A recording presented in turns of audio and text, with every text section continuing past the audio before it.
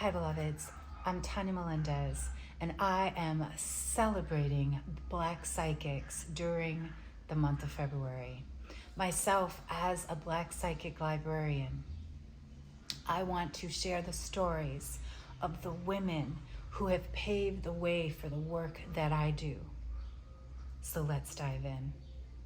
It's only been 160 years ago that Miss Sojourner Truth met and had a conversation with Miss Harriet Tubman. What was their topic of discussion? Miss Truth was trying to get Miss Tubman to really believe and have faith that Lincoln was for the enslaved people. But that's not the story that I want to share with you. The story that I really want to share with you is how Miss Sojourner Truth went from being an enslaved little girl to supporting the Kellogg family, yes, that Kellogg family, to multi-millions. Now, most people don't know this, but it was Miss Sojourner Truth that served as a spiritual advisor because of her intuitive gifts for the Kellogg family that supported them in creating the company that they still have today. Yes, they still have today. And it was that story that piqued my interest, knowing that where she is buried is in the very same place of the Kellogg family crypt. And so, yes, Miss Sojourner Truth went from being an enslaved little girl who only spoke Dutch and was beat daily until she learned English, who became the temperance and abolitionist that we all know and are so grateful for today.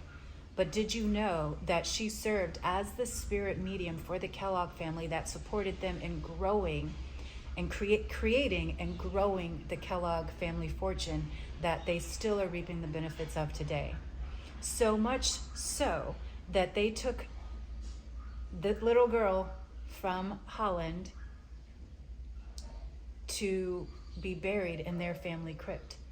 So again, because there's not a lot of historical knowledge of this, but Miss Truth kept what she called her book of life, where wherever she traveled, she would have people sign it. Because you've got to remember, those days, enslaved people were not allowed to know how to read and how to write. And so she gathered signatures every place that she went, but I digress. The point that I want to make here is that because of her intuitive spiritual gifts, because of her great insight and value to that family, they buried her next to them, imbuing then their family fortune and locking in that energy that she bestowed on that family to this day. Google it. If you Google it, she is buried in Battle Creek, Michigan.